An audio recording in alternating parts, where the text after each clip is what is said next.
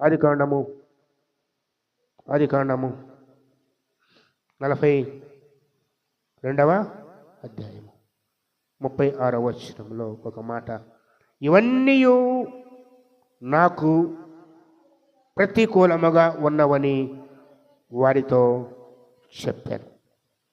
ఎవరంటున్నారు ఈ మాట? ఎవరితో? కుమారుడితో. ఈరోజు అనేక మంది జీవితాల్లో ఈ అనుభవం ఉంది. ప్రతి పరిస్థితి నాకు ప్రతికూలముగా, వ్యతిరేకముగా ఉన్నది. నా జీవితంలో ఏది మంచి లేదు. పోరాడుతున్నాను. ఇదిగో ఈ సంవత్సరమైనా మేలు కలుగుతుందేమో, ఈ సంవత్సరమైనా నాకు విడుదల దొరుకుతుందేమో, ఈ సంవత్సరమైనా నా జీవితం బాగుపడదేమో అని ఆలోచిస్తూ ఉంటే పరిస్థితులన్నీ కూడా నాకు ప్రతికూలముగా ఉన్నాయి అని అనేకులం బాధపడుతూ ఉన్నాం. కానీ మనం చూసేది అంత దూరమే. మన దృష్టి చాలా తక్కువ. కానీ మనం పుట్టక మునిపే తల్లి గర్భములో నీవు నేను ఉన్నప్పుడే మన పట్ల ప్రత్యేక ఉద్దేశాలు కలిగిన దేవుడు మనకు తెలియకుండానే ఈ పరిస్థితుల్లో కూడా మన వెనుక కార్యము చేస్తూ ఉన్నాడు. సమయం వచ్చినప్పుడు అది ముందుకు వస్తుంది. ఇప్పుడు మనకు కనిపిస్తుంది ఇదంతా ప్రతికూలమే. ప్రతికూలమనగా వ్యతిరేకమే. యాకోబు గారి జీవితాన్ని చూస్తే ఆయన జీవితం అంతా గ్రాఫ్గా గీస్తే అప్ అండ్ డౌనే. పడిపోతాడు లేస్తాడు, పడిపోతాడు లేస్తాడు. దేవునితో సహవాసం లోకంలో కలిసిపోతాడు. మోసగించాడు, మోసగింపడ్డాడు. తన బ్రతుకంతా కూడా ఒడిదుడుకులే, నెమ్మది లేదు. ఆశీర్వాదం కోసం పోరాడాడు కదా, తల్లి గర్భంలో ఉంచే పోరాటం. కానీ కుదరలా. చివరికి తండ్రి ద్వారా ఆశీర్వాదం పడితే చాలనుకొని అన్న మోసం చేశాడు. దాని ఫలితం కూడా 20 సంవత్సరాల దుఃఖము, వేదన. మోసం చేసి సంపాదించుకున్న ఆశీర్వాదం కూడా పనికి రాలేదు. అంటాడు, పగలకు ఎండకు ఎండాను, వానకు తడిచాను, మంచుకు తడిచాను, నిద్ర నా కళ్ళకు దూరం అయింది. ఇది ఆశీర్వాదం అంటే? నిద్ర నా కళ్ళకి దూరం అయింది, ప్రయాసపడ్డాను. ఏ ఆశీర్వాదం కోసం జీవితమంతా పోరాడాడో దక్కలేదు. చివరికి స్థిమితంగా ఉన్నాను అనుకున్న సమయాన ప్రేమించే భార్య చనిపోయింది. ఆమె ద్వారా పుట్టిన కుమారుడు కూడా దూరమైపోయాడు. బ్రతికున్నాడో లేదో కూడా తెలియని స్థితి. బట్టలు మాత్రం తీసుకొచ్చారు అన్నాను మోసం చేసి, శవం దొరకలేదు కదా. బ్రతికున్నా లేదో తెలియని స్థితి. ఏడ్పు, అంగలార్పు, దుఃఖము. దాంతో కరువు వచ్చింది. ఆ కరువులో బ్రతకాలి అంటే ఐగుప్తుకు వెళ్ళాలి, ధాన్యం కొనుక్కోవాలి. ఇతనికి తెలియని సంగతి ఏంటంటే తను ప్రేమించిన తన కుమారుడు, తను చనిపోయాను అనుకున్న తన కుమారుడు ఐగుప్తును ఏలుతున్నాడు కదా. ఏం చేస్తున్నాడు? ఐగుప్తుని ఏలుతున్నాడు. తెలుసా ఆయనకి? తెలియదు. అసలు యోసేపు ఐగుప్తుకు పోవడానికి కారణం ఏంటి? నువ్వు నేను కొంటావు, ఏం చెప్తావు మనం అడిగామంటే అన్నలు ద్వేషించారు. అంతే కదా, అన్నలు ద్వేషించారు. ఎందుకు ద్వేషించారు? అందరికన్నా ఎక్కువగా అతను ఎక్కువగా ప్రేమించాడు. అంతకు మించి అతని కోసం ఒక విచిత్రమైన ఇరుటంగి కుట్టించాడు. వాటన్నిటికి మించి బాల్యం నుండియే దేవుడు యోసేపును దర్శించడం మొదలుపెట్టాడు. కళల ద్వారా. వేటి ద్వారా? కళల ద్వారా. ఈ కళలు అన్నదమ్ములకు కలవరం కలిగించాయి. నీవు మమ్మల్ని ఏలుతావా, అంత వాడవుతావా, మేము నీకు సాగిల పడాలా అని ఇంకా ద్వేషాన్ని పెంచుకొని అతనితో మాట్లాడడానికి కూడా ఇష్టపడలేదు, అతని వైపు చూడటానికి ఇష్టపడలేదు, తన వెంట ఉంచుకోవడం కూడా ఇష్టపడలేదు. అలాంటి స్థితిలో అనుకోని రీతిగా తండ్రి మాటకు లోబడి అన్నల క్షేమ సమాజం కోసమై వెతుక్కుంటూ వస్తే దూరం నుంచి చూడగానే ఇదిగో కలగనేవాడు వస్తున్నాడు, ఇప్పుడు వీనిని చంపితే వీని కళలు ఏమవుతాయి? ఏమనుకున్నారండి? ఇప్పుడు వీనిని చంపితే వీని కళలు ఇచ్చింది ఎవరు? అది మర్చిపోవద్దు. దర్శనమిచ్చింది ఎవరు? మరి మానవులు చేసే ప్రయత్నాలకు దేవుని కార్యాలకు అడ్డం వస్తాయా? రావు. దగ్గరకు వచ్చాడు, రాగానే పైన పడ్డారు, ఎత్తి గుంటలో పడవేశారు. ఏడుస్తున్నాడు, దుఃఖపడ్డాడు, అంగలార్చాడు, కనికరించలేదు. ఓ పక్క సోదరుడు గుంటలో పడి ఏడుస్తూ ఉంటే కూర్చొని భోజనం చేస్తున్నారు వీళ్ళు. అంత కఠినాత్మలు అన్నాను. అంతలో ఇస్మాయిల్ దారిన పోతుంటే వీడిని చంపడం ఎందుకు, అమ్మేద్దాం, డబ్బుకు వస్తుంది, దూరంగా వెళ్ళిపోతాడు. ఆనాడు బానిస జీవితం అంతా దుర్భరమైందో కదా, అమ్మేశారు. వీళ్ళు అనుకుంటున్నారు తమ్ముడు వదిలించుకున్నాం, ఇక వాడు మనకు కనపడ్డం అని చెప్పి తన అంగీ తీసుకొని ఒక మేకపిల్లని చంపి నా రక్తంలో ముంచి తీసుకుని తండ్రికి ఇచ్చారు. నాయనా, ఇది ఎవరిదో చూడు, ఈ అంగి నీ కుమారుడైన గుర్తుపట్టు. పాపం తండ్రి చూసి అంగలార్చాడు. అయ్యో అయ్యో నా కుమారుడని. ఎవ్వరూ ఓదార్చలేకపోయారు, చనిపోయడానికి ఉన్నారు. కానీ అక్కడ యోసేపు ఒకదాని వెంట ఒకటి ఓర్చుకొని, శ్రమలోర్చుకొని, అవమానింపబడి, నిందింపబడి, చివరికి ఆ సమయం రాగానే సింహాసనం ఎక్కడం జరిగింది. మనం అనుకుంటాం యోసేపు యొక్క ఈ స్థితి కారణం అన్నలు. ఒక్కసారి 105వ కీర్తన తీయండి. ఒక్కసారి 105వ కీర్తన వచ్చే 17. ఎవరికంటే ముందుగా 70 మంది కంటే 70 మంది యాకోబుతో పాటు వెళ్ళిన వాడు, వారి కంటే ముందుగా ఆయన, ఎవరాయన? దేవుడు. ఆయన ఒకనిని పంపెను, యోసేపు దాసుడుగా అమ్మబడెను. వారు సంకెళ్ళ చేత అతని కాలు నొప్పించిరి, ఇనుము అతని ప్రాణమును బాధించెను. ఆ దేవుడు చెప్పే సంగతి అనగా తన అన్నదమ్ములు వచ్చి సాగిలబడే సంగతి దేవుడు చెప్పిన సంగతి నెరవేరే వరకు కూడా యెహోవా వాక్కు అతన్ని పరిశోధించుచుండెను. విడిపించను, విడుదల చేశాను, తన అధిపతులను ఏలుటకును, తన పెద్దలకు బుద్ధి చెప్పుటకును, తన ఇంటికి యజమానిగాను, తన యావదాస్తి మీద అధికారిగాను ఎవరు నియమించారు? యోసేపు ముందుగా పంపబడెను. ఎంత శ్రేష్టమైన మాట అంటే ఈ మాట ఆ దినాన్ని ఎవరికి అర్థం కాదు. ఇది యోసేపు జీవితాన్ని చూస్తే అయ్యో ఎంత దురదృష్టవంతుడు, తల్లి లేదు, తండ్రి ప్రేమను పోగొట్టుకున్నాడు, అన్నలు ద్వేషించారు, బానిసగా అమ్మబడ్డాడు, అవమానింపబడ్డాడు, అన్యాయంగా చెరసాల వేయబడ్డాడు. ఇది కనపడుతుంది. కానీ అతన్ని అక్కడికి పంపించింది దేవుడే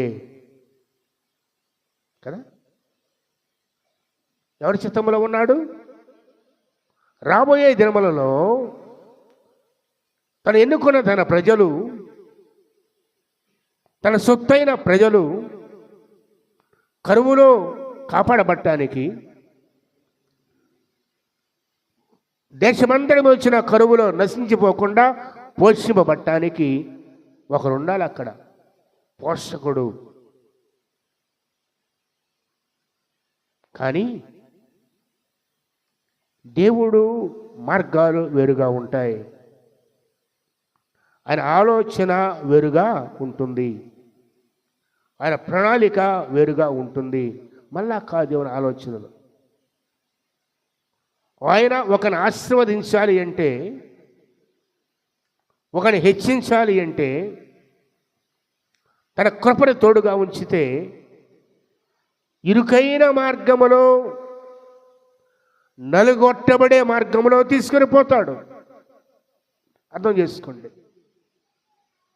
ఈరోజు మనము కూడా ఈ నూతన సంవత్సరం ఆరంభంలో గడిచే కాలమంతా కూడా నలుగొట్టబడుతూ, విరుగొట్టబడుతూ, ఆశ లేని స్థితి, అన్నీ ప్రతికూలంగా ఉన్నాయి అనుకుంటూ ఉంటే, ఈరోజు జ్ఞాపకం చేస్తున్నాను, మన పట్ల, నీ పట్ల, నా పట్ల దేవునికి ఒక ప్రత్యేక ఉద్దేశం ఉంది. ఎంతో గొప్పగా వాడుకోబోతున్నాడు కాబట్టే ఈ శ్రమల లోయలో ఆయన తీసుకొని పోతున్నాడు. ఈ శ్రమల మార్గంలో మామూలు ఉద్దేశం కాదు, శ్రేష్టమైన ఉద్దేశం అది. అనేకులకు ఆశీర్వాదంగా మార్చే ఉద్దేశం అది. అందుకే ఈ శ్రమల బాటలో, ఈ కష్టాల బాటలో, ఊహించని స్థితిలో దేవుడు నడిపిస్తూ ఉంటాడు. మరొక మాట ఎప్పుడు గుర్తు చేసుకోవాలి, మరలా గుర్తు చేస్తున్నాను, వీటన్నింటిలో కూడా చక్కని మాట ఉంటుంది. దేవుడు యోసేపుకు తోడై ఉండాడు కదా. దేవుడు యోసేపుకు తోడై ఉండాడు. ఒకరిని ఒక మార్గంలో పెట్టినప్పుడు గమ్యం చేరేదాకా కూడా దేవుడు తన ఉద్దేశించి నెరవేర్చే వరకు కూడాను ఆ వ్యక్తిని విడువడు, ఎడబాయడు. ఇదే ఆదరణ, ఇదే నిరీక్షణ. ఈ విశ్వాసం ఈరోజు నీకు నాకు ఉంటే, ఈ రాబోయే దినాల్లో ఎన్ని శ్రమలు వచ్చినా కూడా ఒకే ఒక నిరీక్షణ, నేను వెళ్ళే మార్గం నా దేవునికి తెలుసు. నన్నే ఆయన ఈ దారిలో ఉంచాడు. ఎవరు ఉంచింది? దేవుడే. నన్ను పంపిస్తున్నాడు. నా పట్ల ఆయనకు ఒక ఉద్దేశం ఉంది, తలంపు ఉంది. అది నెరవేరే వరకు కూడాను ఆయన నన్ను చెయ్యి విడువడు. ఉందా నమ్మకం నీకు ఈ రోజున? ఉందా ఆ నమ్మకం ఈ రోజున నీకు? యాకోబు దగ్గర వెళదాం. చూడండి, యాకోబు 2వ అధ్యాయం యాకోబు అంటున్నాడు, ఇవన్నీ నాకు ప్రతికూలముగా ఉన్నవి. ఏవన్నీ కూడాను జరిగాయని ఎలా ఉన్నాయంట? ప్రతికూలము. ప్రతికూలం అంటే వ్యతిరేకముగా ఉన్నాయి.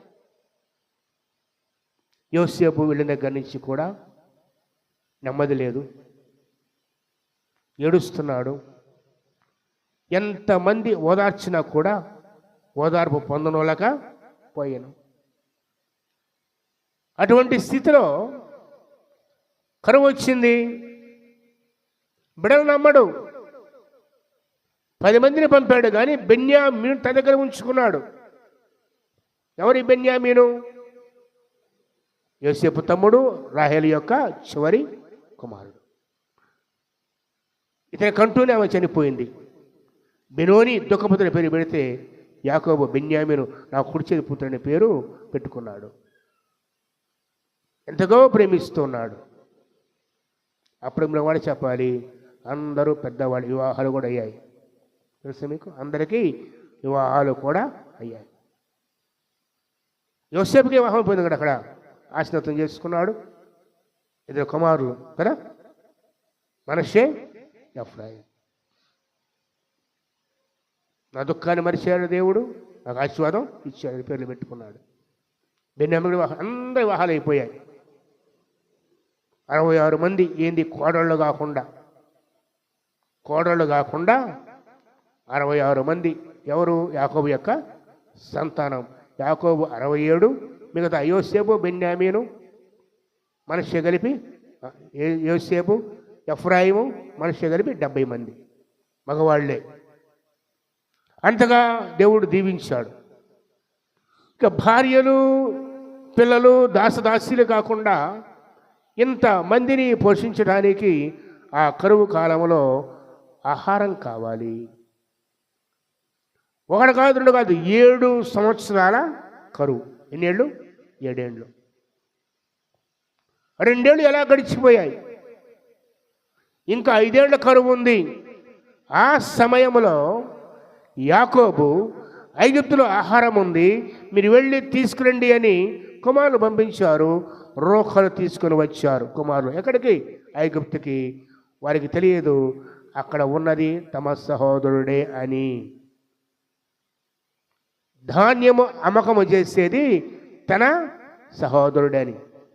పెద్దవాడైపోయాడు కదా, రూపురేఖలు మారిపోయాయి. ఓ మాట చెప్పాలంటే ఐగుప్తు రాజుగా ఉన్నాడు కదా, అనుకోలే వీళ్ళెవరూ కూడాను. యోసేపు సంగతి ఇప్పుడు చాప్టర్ క్లోజ్ అనుకున్నారు అందరూ. కానీ అయిందా? ఎవరికి తెలియకుండా దేవుడు ఒక స్థితిలో ఉంచాడు. ఒక మాట చెప్తాను చూడండి. ఒక్కసారి ఆదికాండము తీస్తే ఆదికాండంలో 40వ అధ్యాయము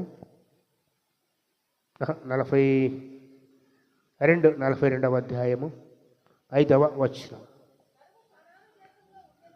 కరువు కనాను దేశములో ఉండెను గనుక ధాన్యము కొనవచ్చిన వారితో కూడా ఇశ్రాయేలు కుమారులు వచ్చిరి. అప్పుడు యోసేపు ఆ దేశమంతటి మీద అధికారి అయి ఉండెను. అతడే అమ్మకము చేయవాడు గనుక వినండి, యోసేపు సహోదరులు వచ్చి ముఖములు నేలను మోపి అతనికి వందనము చేసి దాదాపుగా 13, 5, 7, 20, 22 సంవత్సరాల కళ. ఏంటా కళ? పొలంలో ఉన్నాడు, ఇతని పన నిలబడి ఉంటే మిగిలిన పనులన్నీ కూడా సాగిలపడి నమస్కారం చేసి ఈ మాట చెప్పగానే అన్నారు, మేము నీకు నమస్కారం చేస్తామా అన్నారా లేదా? అసలు పగబట్టింది అక్కడేగా. దేవుడు ముందుగా బయలుపరిచాడు, నమ్మలేదు, ద్వేషించారు. కానీ దేవుడు ఉద్దేశించేది వ్యర్థంగా కాదు. ఆలస్యము కావచ్చేమో కానీ గుర్తుపెట్టుకోండి, మనం ఆలస్యం అనుకుంటాం కానీ అది దేవుడు ఆలస్యం కాదు. అది తగిన సమయము. మన ఆలోచన అంతా కూడా అప్పటికప్పుడే అయిపోవాలి. అంతే కదా, నాకు కూడా అంతే. ఏదైనా అనుకున్నామంటే మైండ్లో సాయంకాలానికి కళ ముందు ఉండాలి అంతే. నన్ను తిట్టేది అందరూ అదే. నీ మైండ్లో కూడా పడిందంటే ఇక నిద్రపోవు, అయిపోవాలి. కానీ దేవుని పద్ధతి అలా కాదు కదా. ఆయనకు ఒక సమయం అంటూ ఉంది. ఆ సమయం వచ్చినప్పుడు ప్రతిదీ జరిగిపోతూనే ఉంటుంది. 22 ఏళ్ళు పట్టింది ఈ కళ నెరవేరటానికి. 22 ఏళ్ళు పట్టింది ఈ కళ నెరవేరటానికి.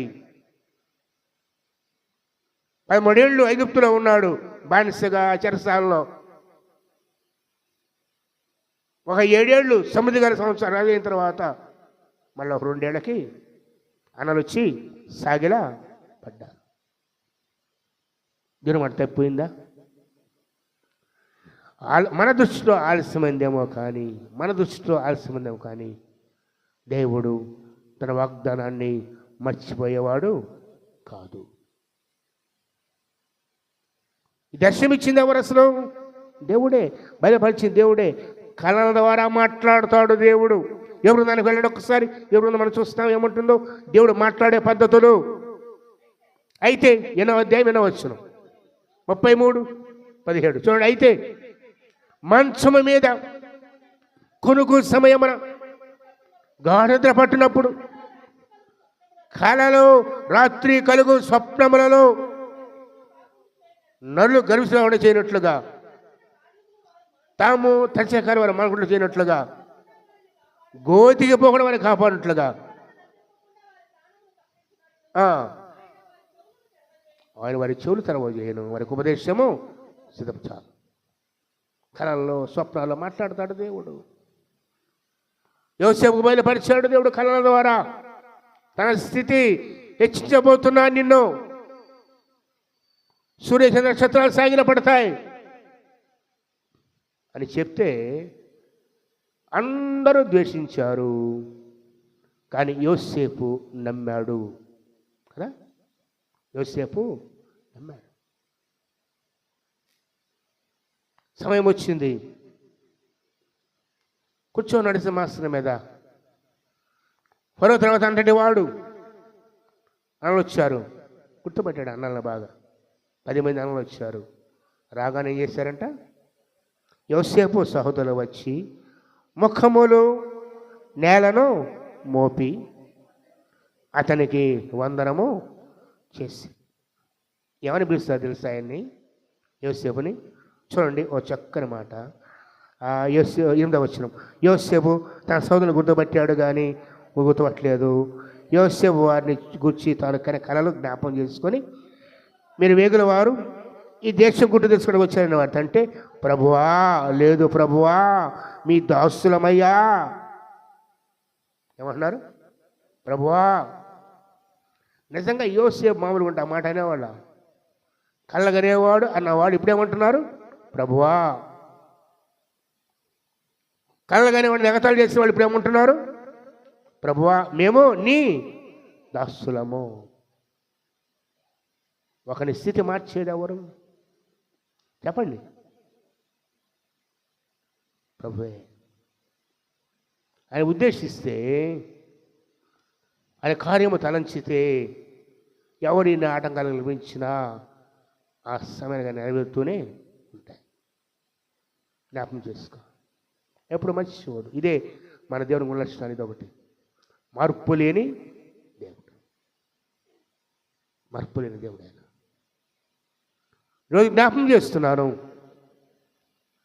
నీకు నాకు తెలియదు భవిష్యత్తు ఎలా ఉంటుందో. ఒక మాట అడుగుతా చెప్పండి, ఇది ఈరోజు డేట్ ఎంత? 5. ఏ నెల? ఏ సంవత్సరం? ఎవరైనా నీ దగ్గరకు వచ్చి, అయ్యా 2025 అక్టోబరు 3వ తేదీ ఎక్కడుంటావు అని అడిగితే ఏం చెప్తావు? చెప్పండి చూద్దాం. 2025 ఈ సంవత్సరమే, 10 నెలలే. అక్టోబరు 3వ తారీఖు ఎక్కడుంటావు? ఏం చేస్తుంటావు? ఎలా ఉంటావు? తెలియనే. సరే అప్పటిదాకా కూడా కాదు కానీ జనవరి 6వ తారీఖు ఎక్కడుంటావు? ఎందుకు చెప్పలేవు? 2 రోజులేగా, రేపేగా. 6 అంటే రేపే. రేపు ఎక్కడుంటావు? ఏమో. ఈ సాయంకాలం ఎక్కడుంటావు? చెప్పండి. ఎన్ని ప్లాన్లు ఉంటాయో మైండ్లో ఉండవా? ఈరోజు ఇది చేయాలి, అది చేయాలి, కానీ ఏది మన చేతుల్లో లేదు. ఉందా? మరి ఎవరు? వాక్యం ఉంటుంది, నా కాల గతులు ఎవరి వశము. అందుకే ఆయన నమ్మితే, ఆయన ఆశ్రయిస్తే తగిన కాలములో అన్ని నెరవేర్చుకుంటూ పోతాడు. నువ్వు పరిగెత్తావా, చిందరవందర అయిపోతుంది జీవితం, చిక్కుముళ్ళు పడిపోతాయి. నువ్వు తొందరపడ్డావంటే అంత చిక్కుముళ్ళ జీవితం అంతా కూడా. కేవలము దేవుని కృప కోసం కనిపెడితేనే. యోసేపు తొందరపడ్డాడు. ఒకసారి తెలుసా మీకు? యోసేపు తొందరపడ్డా కానీ దేవుడు ఆపాడు. ఉండు ఉండు ఉండు ఉండని 2 ఏళ్ళు ఆపాడు. ఎప్పుడు తెలుసా? చెరసాలలో ఉన్నాడు. అదే చెరసాలకి 2 వ్యక్తులు వచ్చారు. ఎవరు వాళ్ళిద్దరు? పానదేకుల అధిపతి, మత్స్యకారుల అధిపతి. రాజు పనులు నేరం చేశారు. యోసేపు నమ్మకత్వాన్ని బట్టి, యోసేపు దేవుని తోడుగా ఉండబట్టి చెరసాధికారి కూడా యోసేపుని కార్యనిర్వహణ నియమించాడు. అక్కడ అన్నీ యోసేపు చూసేవాడు. ఒకరోజు వీరిద్దరు కూడా దిగులుగా కూర్చున్నారు. ఎవరిద్దరు?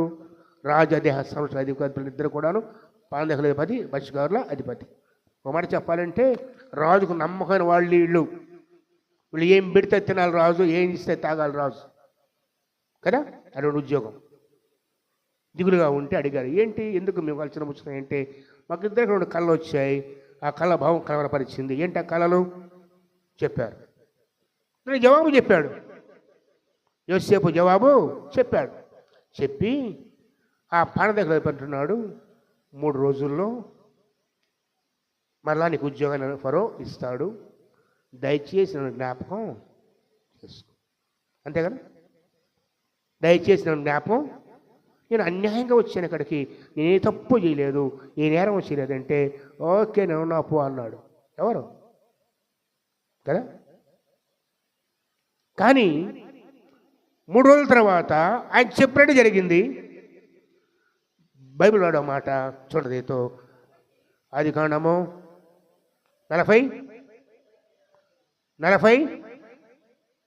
అధ్యాయం 40:14. కాబట్టి నీకు క్షేమము కలిగినప్పుడు ఎవరు అడుగుతున్నాడు జ్ఞాపకం చేసుకోమని? తన కళ ముందు ఒక నిరీక్షణ. ఎందుకంటే రాజుతో బాగుండేవాడు కదా, రాజుగా ఉండేవాడు కదా, నన్ను జ్ఞాపకం చేసుకొని నా యందు కనికరించి ఫరోతో నన్ను గూర్చి మాట్లాడి ఏలేదు ఈ చెరసాల ఇంట్లో వచ్చిన బయటికి రప్పించుము. అనగా నేను దొంగిలింపబడ్డాను, అన్నది మీద నేరం మోపట్ల మళ్ళా నన్ను నమ్మారని దొంగిలింపబడ్డాను, అది నిశ్చయము. మరి ఈ చెరసాలను వేయటకు కూడా నేనేమీ చేయలేదని చెప్పాడు. చూచి ఇంకా 2వ కాలం చెప్పాడు. అతను చివరి మాట చూడండి, చివరి కంక్లూజన్. అయితే పానదాయకుల అధిపతి యోసేపును జ్ఞాపకము చేసుకొనక మరచిపోయాను కదా.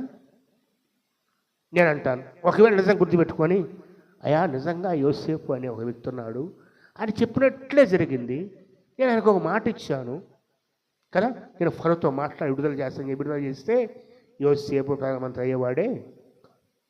ఎందుకు? బయటికి వెళ్ళాడు అనుకోండి, ఎటు వెళ్ళిపోతాడో, అడ్రస్ లేదు,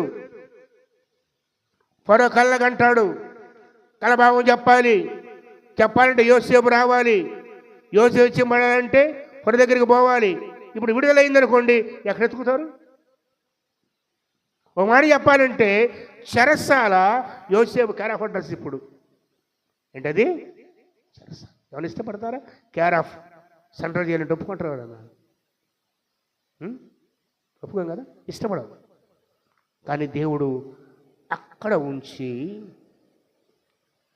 తను విడుదల పొందడం ప్రయత్నం చేసిన అణిచివేసి మతిమరపిచ్చి మర్చిపోజేసి 2 ఏళ్ళు అక్కడే ఉంచి ఆ 2 ఏళ్ళ తర్వాత అదే చెరసాల నుంచి నేరుగా సింహాసనము.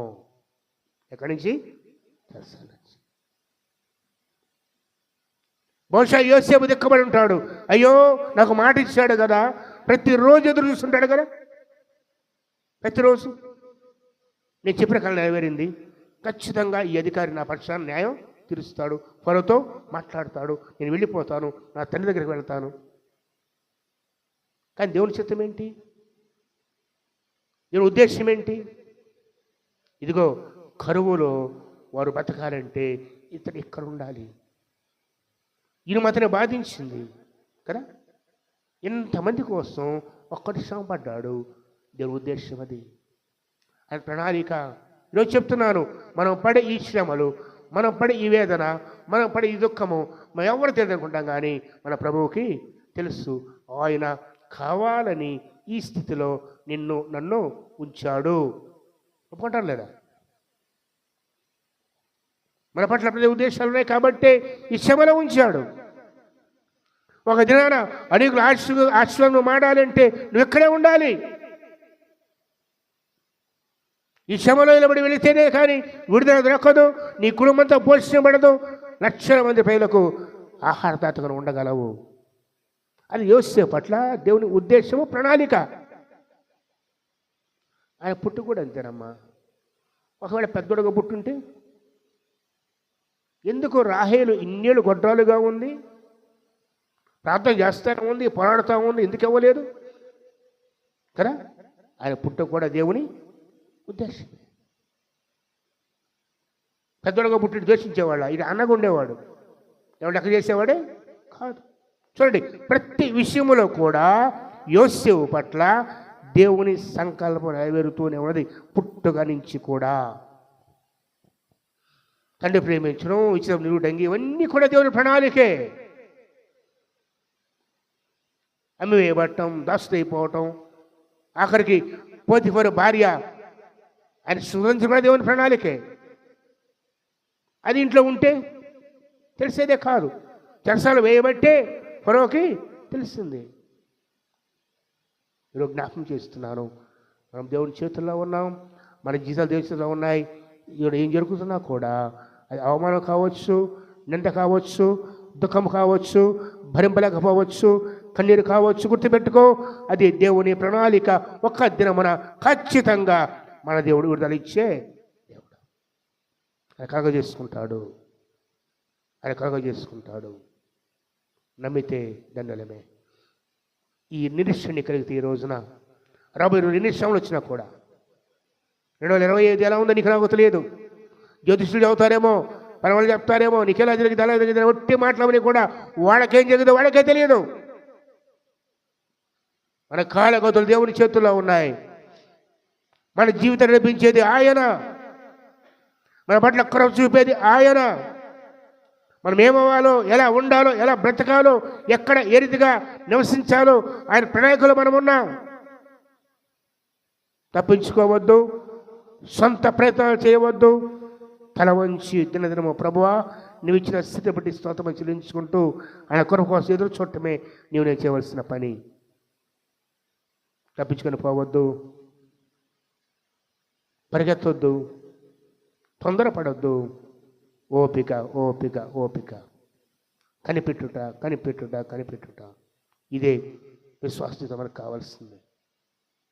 ఎప్పుడు అటువంటి జీవితాన్ని పొందుకుంటామో యోసేపు రచించిన దేవుడు నిన్ను అనుగ్రహిస్తాడు. యాకోబు అంటున్నాడు, ఇవన్నీ నాకు ప్రతికూలంగా ఉన్నాయి. యోసేపు లేడు, షిమ్యోను ఏమయ్యాడు? యోసేపు విడిపించుకున్నాడు. కాసేపు నన్ను ఇబ్బంది పెట్టాలని మీరు వేగులవారు, నేను మిమ్మల్ని నమ్మను, ఈసారి మీరు వస్తా, మీ ఈ తమ్ముడు ఒకటి ఇచ్చిపోండి మీరు అని చిమ్ముని పట్టుకుని పంపించాడు వాళ్ళని. ఎందుకు బెనేమని తెప్పించుకోవడానికి, తమ్ముడు చూడటానికి. ఆఖరికి తమ్ముడు తీసుకొచ్చాడు, తన బయలుపరుచుకున్నాడు, మెడ పడి ఏడ్చి ముద్దు పెట్టుకున్నాడు, అందరినీ భోజనం పెట్టాడు, వస్త్రాలు ఇచ్చాడు, బండ్లు ఇచ్చాడు, పోయి మా తండ్రిని తీసుకురమ్మన్నాడు. వెళ్ళి యాకోబుకి ఈ మాట చెప్పని ఏం జరుగుతుంది చూడ ఒక్కసారి. అది కనుక వెళ్ళండి. ఈ మాటలన్నిటికీ ఇవన్నీ నాకు ప్రతికూలం ఉన్నాయి అన్నాడు కదా యాకోబు. ఒక దినాన వీళ్ళందరూ కూడా ఐగుప్తు నుంచి తిరిగి వచ్చి తనతో యోసేపు ఇంకా బ్రతుకున్నాడు. కానీ 45వ అధ్యాయము 45వ అధ్యాయము 26 యోసేపు ఇంకా బ్రతికి ఉండి ఐగుప్తు దేశమంతటిని ఏలుచున్నాడని అతడు తెలియజేసి, అయితే అతడు ఆ మాట ముందు స్టేట్మెంట్ ఏంది? ఇవన్నీ నాకు నమ్ముతారా? ఆ స్థితిలో 22 ఏళ్ల తర్వాత కనపడి నీ కొడుకు బతుకున్నాడు అంటే ఎలా ఉంటుంది? నిశ్చేష్టుడాయను. చూడండి ఎవరైనా అక్కడ. అప్పుడు వారు యోసేపు తమతో చెప్పిన మాటలన్నీ అతను చెప్పిరి. అతడు తను ఎక్కించుకొని పోవటకు యోసేపు మీద బండ్లు చూసి వారి తండ్రిని యాకోబు ప్రాణము తెప్పరిల్లాను. అప్పుడు ఇశ్రాయేలు, ఇంతే చాలు, నా కుమారుడు యోసేపు బ్రతికి ఉన్నాడు, నేను చాగుముందు వీడి అతని చూచేదాను. ఒక్క క్షణంలో మారిపోయాడు. ఎంత టైం పట్టింది మారిపోవటానికి? దేవుడు స్థితి మార్చడానికి ఎంత సమయం కావాలి? 2 ఏళ్ళు ఎదురు చూస్తాడు యోసేపు చెరసాలలో. ఇంకా ఎవరైనా వస్తారు, విడుదల చేస్తారు, కాలేదు. ఒక అకస్మాత్తుగా కొంతమంది సైనికులు వచ్చారు. వచ్చి గడం చేసుకో, బట్టలు మార్చుకున్నారు. అర్థం కాల కదా. క్షౌరం చేశారు, బట్టలు మార్చారు. ఎక్కడికి? రాజుగారి తెమ్మన్నారు. నేను అనుకొని ఉంటాడు బహుశా ఆయన మాట్లాడాడు. ఎవరు ఎవరు పానదాయకుల అధిపతి, అంతేగా. ఆయనకున్న ఆశ అదొక్కటే కదా. కానీ ఎవరు మాట్లాడారు? కలలో దేవుడు ఎవరితోటి? ఫరోతోని. ఫరో నిలబడ్డాడు. నువ్వు కళ్ళభావం చెప్తా ఉంటే కదా. నా వల్లగా దేవుడే చెప్తాడు, నా వల్ల కాదు. ఎవరంట? దేవుడే. సరే, నాకు ఈ కలగన్నాను, దీని భావం వివరంగా చెప్పాడు. వెంటనే చూడండి, చెరసాల నుంచి కలభావం చెప్పడానికి రాజమందిరానికి వెళ్ళాడు. ఫరో ముందుకు వెళ్ళాడు. మరి కొద్ది క్షణాల్లో కలభావం చెప్పిన తర్వాత సాగిలపడ్డాడు ఫరో. ఆఖరికి మరుక్షణమే తన తరువాత అంతవానిగా హెచ్చించాడు. ఎంత ఏం పట్టింది దేవునికి కార్యమూలం అవడానికి? ఇన్నేళ్ల ఎదురు చూపు సమయం రాగానే చక్క చక్క చక్క అన్ని జరిగిపోయిపోయాయి కదా. ఏది ఆగదు. రథాలు వచ్చాయి, గొర్రెలు వచ్చాయి, గడవ చేశారు, బట్టలు మార్చారు, స్నానం చేశారు, తీసుకెళ్లారు, నిలబెట్టాడు, మాట్లాడాడు, కీటం పెట్టాడు. ఏం అర్థం కావట్లేదు. అంతే కదా. చూడండి, ఆదికాండము 41. ఫరో యోసేపుతో దాని తర్వాత 40వ వచనము, నీవు నా ఇంటికి అధికారివై ఉండవలెను, నా ప్రజలందరూ నీకు విధేయులయ్యుందరు. సింహాసన విషయంలో మాత్రమే నేను నీకంటే పైవాడిందని యోసేపుతో ఒక్క క్షణమే కదా. నువ్వు నా ఇంటికి అధికారి, నా దేశానికి అధికారి. వెంటనే చూడండి తర్వాత, మరియు ఫరో తన చేతి ఉన్న ఉంగరమును తీసి, ఉంగరం అంటే అధికారం కదా, యోసేపు చేతికి పెట్టి, సన్నపు నార బట్టలు, విచిత్రభంగి అనాలు తీసేస్తే దేవుడు ఏ బట్టలు ఇచ్చాడు? రాజుల వస్త్రాన్ని దేవుడు ఇచ్చాడు. తండ్రి కుట్టించిన ఆ నిలుటంగా సీయబడ్డారే, ఈ బట్టలు చూస్తే ఏమంటారు వాళ్ళు కదా, గుర్తుపట్ల. సన్నపురాల వస్త్రాలు తొలగించాడు. ఒకప్పుడు మెడకేమున్నాయి? సంఖ్యలు అతనిని బాధించాడు, ఇనప సంఖ్యలు. ఇప్పుడేమొచ్చింది? బంగారపు గొలుసు ఎక్కించుకున్నాడు. రెండవ రథం, రాజు రథం ముందు, వెనక రథంలో ఎవరుంటారు? అంతకుముందు ఒంటెలు పోతుంటే వెనక సంఖ్యలు కట్టబడి ఇడుచుకుంటూ పోయిన వాడు ఇతను కదా. బానిసగా అమ్మబడి ఇసుకలో, ఎడారిలో, కాళ్ళకు చేతులకు మెడకు సంఖ్యలు వేయబడి నడిచి వెళ్ళిన వ్యక్తి ఇప్పుడు ఎక్కడికి ఉన్నాడు? ఫరో యొక్క రెండవ రథం ఎక్కి నడి వీధిలో నిలబెడితే పొతిఫరు కొన్నాడు బానిసగా. సంతలో నిలబెడితే పొతిఫరు కొన్నాడు. ఇప్పుడు ఏం చేస్తా తెలుసా? అప్పుడు వందనము చేయడని ఆయన ముందు జనులు కేకలు వేసిరి. అట్లు ఐగుప్తు దేశమంతటి మీద అతను నియమించాను. ఎవరి కార్యం మీద అంతా కూడాను? యోసేపు ఏమైనా ప్రయాసపడ్డా? నేను మాట్లాడుతా. ఇప్పుడు ఒక ఐఏఎస్ ఆఫీసర్ కావాలి, చెప్పండి. ఒక ఉద్యోగం కావాలి, ఎంత ప్రయాసపడాలి? కోచింగ్ సెంటర్లో, కాలేజీలు, నిద్రలేని దినాలు, వాస్తవం కాదు. మరి యోసేపు ఏం చదివాడు? ప్రధానమంత్రి కావడం ఏం చదివాడు?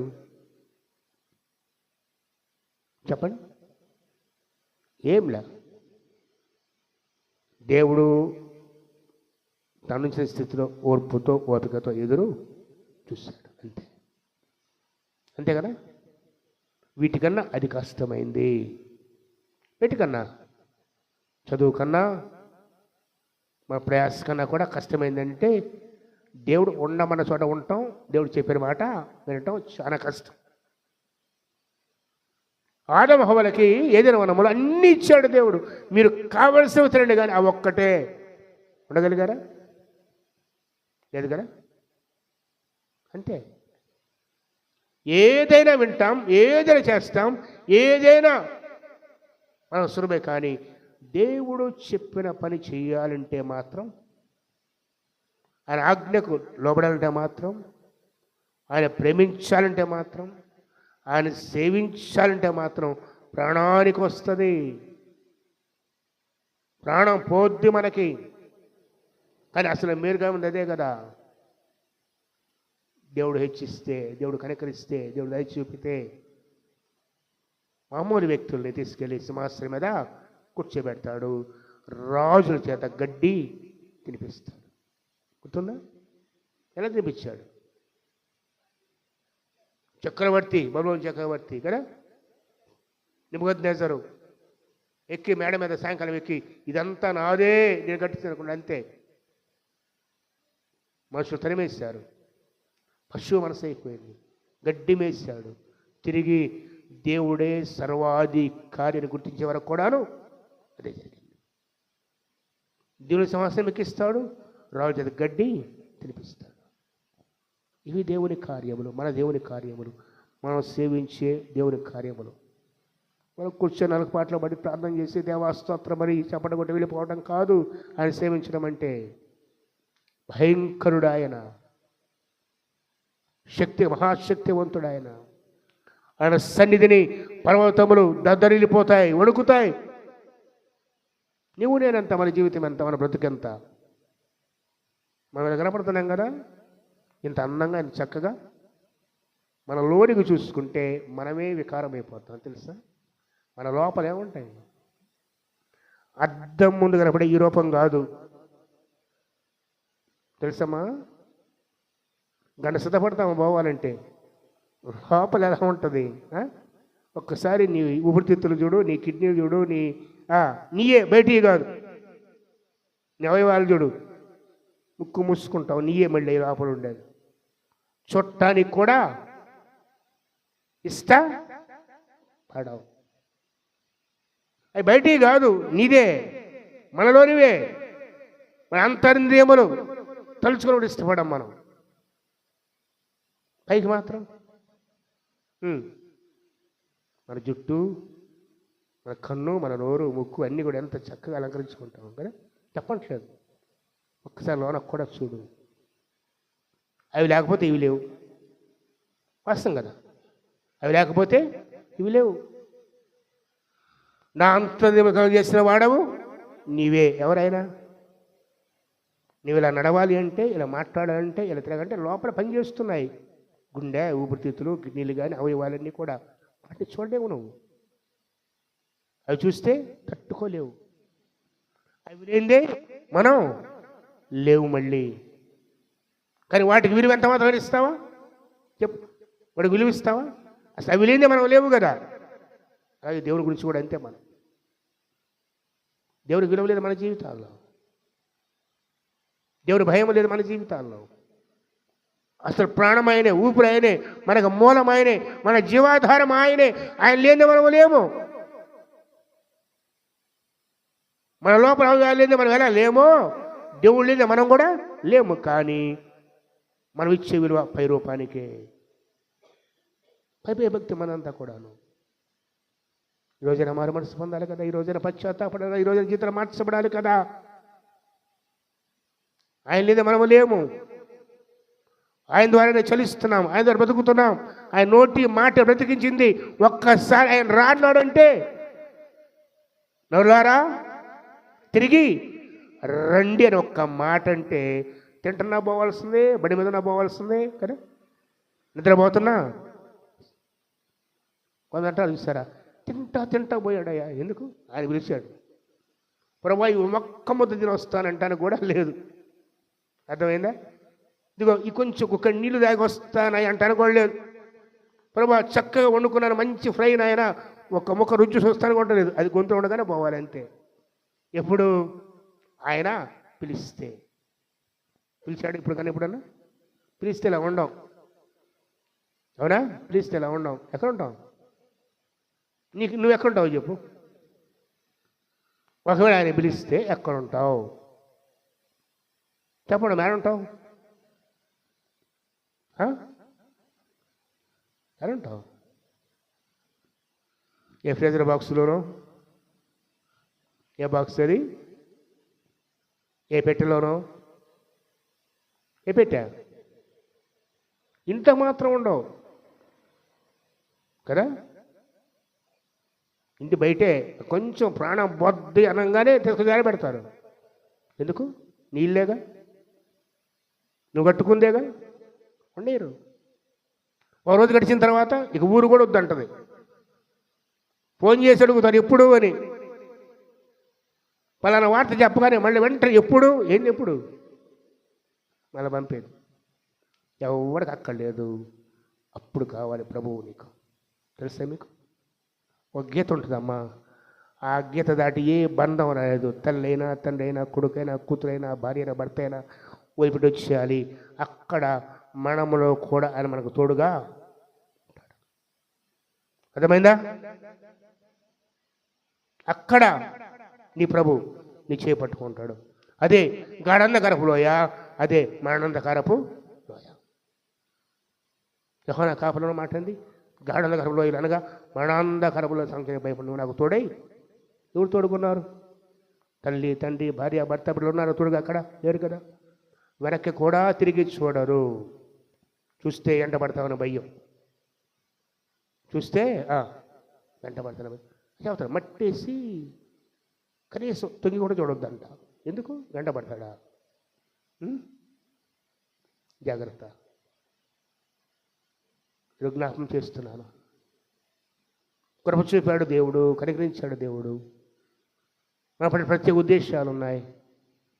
ఎంతగా ప్రేమించాడు అంటే తన ప్రాణం ఇచ్చాడు. ఎవ్వరూ చూపని ప్రేమ. మళ్ళీ ఎన్నుకున్నాడు. ఏ గతి నీలో నాలో లేదు, ఎన్నుకున్నాడు. ఇప్పుడు మనకు చూడటానికి పరిస్థితులు ప్రతికూలంగా ఉన్నాయి, కానీ ఆయన ఉద్దేశాలు మాత్రం వేరుగా ఉన్నాయి. అవి నెరవేర్చేదాకా ఆయన విశ్రమించడు. మన పట్ల అనుకున్న ఉద్దేశం నెరవేరేదాకా ఆయన కునుకడు, నిద్రపోడు. సాయం చేసే దేవుడు. ఈరోజు ఆయన విడిచిపెట్టి ఆయనకు దూరం అయిపోయి ఆయన ఆరాధింపక, ప్రేమింపక ఏం చేద్దామని ప్రశ్నించుకో. ఒకసారి ప్రశ్నించుకో. ఎన్నో సంవత్సరం మొదటి ఆదివారంలో జ్ఞాపకం చేస్తున్నాను. నీ హృదయములో, నీ జీవితంలో, నీ కుటుంబంలో దేవుని స్థానము ఎక్కడా? ఒక ప్రశ్న. దేవుని స్థానం ఎక్కడా? మొదటున్నాడా, వెనుకున్నాడా? అందుకంటే ముందా, అందరి తరువాత? దాన్ని బట్టి నీ బ్రతుకు రేపు నీ భవిష్యత్తు ఉంది. అక్కడ నీ తీర్మానాలే, నీ జీవిత విధానమే, దేవుని పట్ల నీకున్న వైఖరే రేపు నీకు ఇచ్చే ప్రతిఫలం. అది ఏమి విత్తుతామో అదే పంట. ఈరోజైనా సరే నమ్మదగిన దేవుడని, తన కార్యం నెరవేర్చడం త్వరపడే దేవుడని, ఆయన ఆలస్యం వెనుక ప్రత్యేక ఉద్దేశాలు గుర్తెరిగి ఈ మధ్య నేర్చుకున్నారు. ఆలస్యమే ప్రార్థన వెంటనే జవాబు రాకపోతే చాలు దేవుని అలిగిపోవటమే. ఎవరి మీద? దేవుని మీద. ప్రార్థన లేదు, వాక్యం లేదు, సహవాసం లేదు. ఎందుకు? నా ప్రార్థన వినలా. యాకోబు ప్రార్థన 8 సంవత్సరాలకి విన్నాడు, యోసేపు ప్రార్థన 8 ఏళ్ళకి విన్నాడు. ఆ సమయం రావాలి కదా. తొందరపడితే ప్రయోజనం ఏముంది? నమ్మదగిన దేవుడు కదా ఆయన. ఆ వంక పెట్టుకొని దేవుడు విడిచిపెట్టి లోకంలో కలిసిపోయి, లోకాశలు కలిసిపోయి, నిజం దేవుని చివరికి నెట్టేసి ఎంతవరకు అని చేసే మేళ్ళన్నీ మర్చిపోయి, మానవ జీవితం ఎట్లా ఉంటుందంటే పాతవన్నీ మర్చిపోతాం. ఇప్పుడు జరిగిందా? లేదు. అంతేగా. ఎన్ని మేళ్ళైనా చేయని దేవుడు, ఎంత కృపైనా చూపని, ఎన్నిసార్లైనా మన భరించి తప్పించని ఈరోజు లేదా? అదే మనకి పాత ఎన్ని గుర్తుండవు మనకి. మనుషులతో అయినా సరే, దేవునితో అయినా అంతే కదమ్మా. మనుషుల సంగతి అనుకున్నాం, బంధువులు ఉంటారు, ఎన్నోసార్లు సహాయం చేస్తుంటారు. ఈ ఒక్కసారి లేదంటే మాత్రం మనిషిని చూస్తే ఏం చేస్తామో చెప్పండి. మరి ఇన్నేళ్ళు చేసి ఎటుపోయాయి కదా. కష్టంగా ఉందో చేయలేకపోయారో ఈరోజు చేయలేదంటే మాత్రం అంతే. దేవునితో అలాగే ఉన్నాం మనం. ఇన్నాళ్ళు ఒక చూపిన దేవుడు, ఇన్నాళ్ళు కలిగించే దేవుడు, పోషించిన దేవుడు, ఈ స్థితికి తీసుకొచ్చిన దేవుడు ఈరోజు ఇంకా నా ప్రార్థన లేదు, ఇంకా నా జాబ్ తెచ్చి దూరం అయిపోతే అలాగా. మార్పు లేని దేవుడు కదా, నమ్మలేని దేవుడు కదా, కృపల దేవుడు కదా, కనిగల దేవుడు కదా, మర్చిపడి దేవుడు కదా, చేపట్టి గుంట నుంచి లేపే దేవుడు కదా ఆయన. గమనించండి, విశ్వాసులందరి జీవితాల్లో ప్రతి దానికి ఒక టైం పెట్టాడు దేవుడు. అది దీర్ఘకాలము. ఒక మాట చెప్పండి, వారికి పరీక్షాకాలము. 100 ఏళ్ల వయసు అబ్రాహాము సంతానము కదా. ఇస్సాకు జీవితంలో కూడా అంతే. ఆ తర్వాత చూసుకుంటూ వస్తే మోషే జీవితంలో కూడా పారిపోవాల్సి వచ్చింది. ఇశ్రాయేలు విడుదల, 40 ఏళ్ళ అరణ్య ప్రయాణం తర్వాత కానాను ప్రవేశం. ప్రతిదీ ప్రతిదీ ప్రతిదీ కూడా దేవుడు దీర్ఘశాంతం కలిగి, ఓపిక కలిగి, ఆలస్యం చేస్తూనే, ఆలస్యం ఎందుకు మనకు తెలియదు కానీ ఆయన చిత్తములో తగిన కాలములో కృప చూపే దేవుడు. గుర్తు చేస్తున్నాను. ఒకటి దానికి ప్రార్థన చేస్తుంటాం, ప్రభువా ఈ సంవత్సరంలో నాకు నా జీవితంలో ఈ మార్పు కావాలి, ఇదిగో నా కుటుంబం పట్ల ఈ కార్యం జరగాలి, ప్రభువా నా విషయంలో ఇది జరగాలి ప్రార్థన చేస్తుంటావు కదా. 1వ తారీఖున సన్నిధిలో మోకరించి దేవుడితో నిబంధన కూడా చేసుకుని ఉంటావు. ఏమని? దేవునితో నిబంధన, జాగ్రత్త, మనుషులతో కాదు.